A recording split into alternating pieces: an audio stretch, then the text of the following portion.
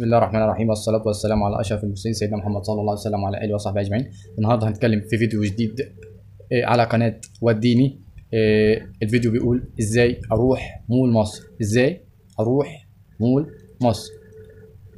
طبعا مول مصر هو مركز ومول تجاري ضخم يقع داخل جمهورية مصر العربية بمدينة السادس من أكتوبر. افتتح هذا المول عام 2017 وتعود إدارته وملكيته لمجموعة ماجد الفطيم. طبعا المول يضم احنا في الأول قبل ما نقول ازاي هتروح، طبيعتنا في الفيديو اللي هو أساسي ركيزة أساسية ان احنا بنقول ازاي اروح، تمام. بس طبعا قبل ما اقول لك ازاي تروح هقول لك معلومات بسيطة جدا كده هتحتاجها وهتفيدك قبل ما تروح المكان، تمام. يعني الفيديو الأساسي بتاعنا ان انا بقول لك ازاي هتروح وديني، لكن انا بقول لك شويه معلومات بسيطه تفيدك، تمام. طيب طبعا مول مصر من اكبر واضخم المولات داخل مصر وجمهوريه مصر العربيه وفي افريقيا كمان. طبعا مول مصر مول اوف ذا ايجيبت بيضم الكثير من المحلات والملابس والبراندات العالميه، الملابس والاحذيه والاكسسوارات. طبعا بيضم برضو محلات وبراندات عالميه للاجهزه الالكترونيه، تمام، والادوات والاجهزه المنزليه. وطبعا في معارض سيارات ومعارض اساسات ومحلات تجميل وصيدليات، وطبعا واشهر مطاعم عالميه ومصريه ومحليه مثل اشهرها ماكدونالدز وكنتاكي. وطبعا محلات العطور وقهاوي مثل اشهر الكافيهات ستاربكس وبولي، تمام. والكثير طبعا لان مفيش وقت اللي داعي ان انا اذكر ده كله يعني. وطبعا اشهرها التزحلق على الجليد، تمام. حاجه جميله جدا يعني. تقريبا اضخم واكبر مكان للتزحلق على الجليد داخل افريقيا في سكاي ايجيبت في مول اوف ذا ايجيبت. طبعا المكان ده بيحتوي على 7000 طن من الثلج تحت درجه حراره 2 صفر. فدي من ضمن الرحلات والفسح الجميله جدا اللي تستحق الزياره، تمام.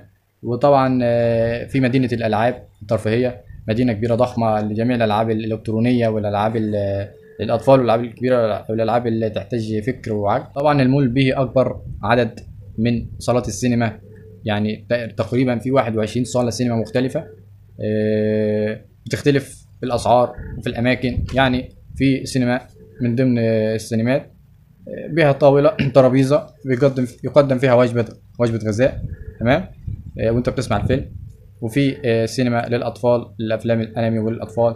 وطبعا تتميز بالشاشات وتتميز بالقاعات وحاجات فخمه جدا تستحق التجربه يعني.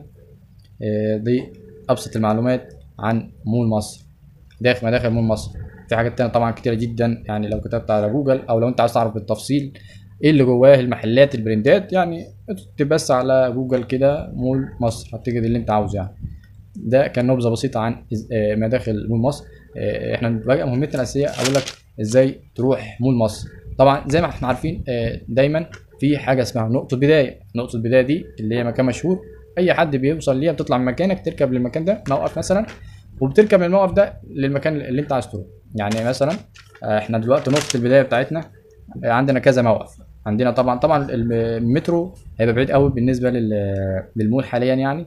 لسه ان شاء الله في انشاء محطه مترو داخل اكتوبر وربط بين اكتوبر والجيزه بالقاهره لسه تحت التنفيذ. لكن احنا دلوقتي الموجود عندنا المواصلات، الاتوبيس النقل العام والميكروباصات الموجوده في المواقف. طبعا عندنا طبعا من موقف السلام هتركب موقف السلام الدولي، هتركب اكتوبر السادس من اكتوبر او اكتوبر سادس، هيعديك من قدام المول. يبقى انا عندي من اول حاجه من موقف السلام هتركب سادس. عندنا من رمسيس هتركب سادس وينزلك قدام المول مباشره، تمام. عندنا في مشعل في الهرم في مواصله يعني على طول للمول. مول مصر في مواصله من مشعل الهرم او الرمايه مباشره لمول مصر، تمام. او ميدان الجيزه تركب عربيات اكتوبر السادس هتنزلك قدام المول. طبعا عندنا اتوبيسين بيروحوا المول 10 13 او 1000 13 من ميدان التحرير بيعدي على مول مصر. وعندنا اتوبيس 10 43 او 1000 43 من موقف احمد حلمي برمسيس بيعدي على المول. او تركب مثلا من الحصري اي مكان، وهتنزل عند صينيه جهينه، ومن جهينه هتركب سوزوكي عربيه تمنايه هتنزلك قدام المول. يبقى عرفنا ازاي نروح مول مصر. يبقى من اي موقف هتركب السادس اكتوبر هينزلك قدام مول مصر، او تركب حصري هينزلك ميدان جهينه، وتركب عربيه سوزوكي لغايه مول مصر. ان شاء الله تكونوا استفدتوا بالفيديو، وان شاء الله تستمتعوا بالرحله الجميله التي تستحق التجربه. طبعا المكان هناك فيه مطاعم ومحلات وسوبر ماركت، فمش هقول لك مش محتاج تاخد داخل معاك. مكان يحتاج خد صاحبك او خد اولادك وزوجتك وعيش الاجواء وان شاء الله تبقى رحله سعيده. لو عجبك الفيديو شجعنا بلايك. لو عايز تروح مكان معين اكتب لنا في التعليقات تحت. ما تنساش تعمل لنا اشتراك في القناه وتفعل الجرس ليصلك كل جديد. والسلام عليكم ورحمه الله وبركاته.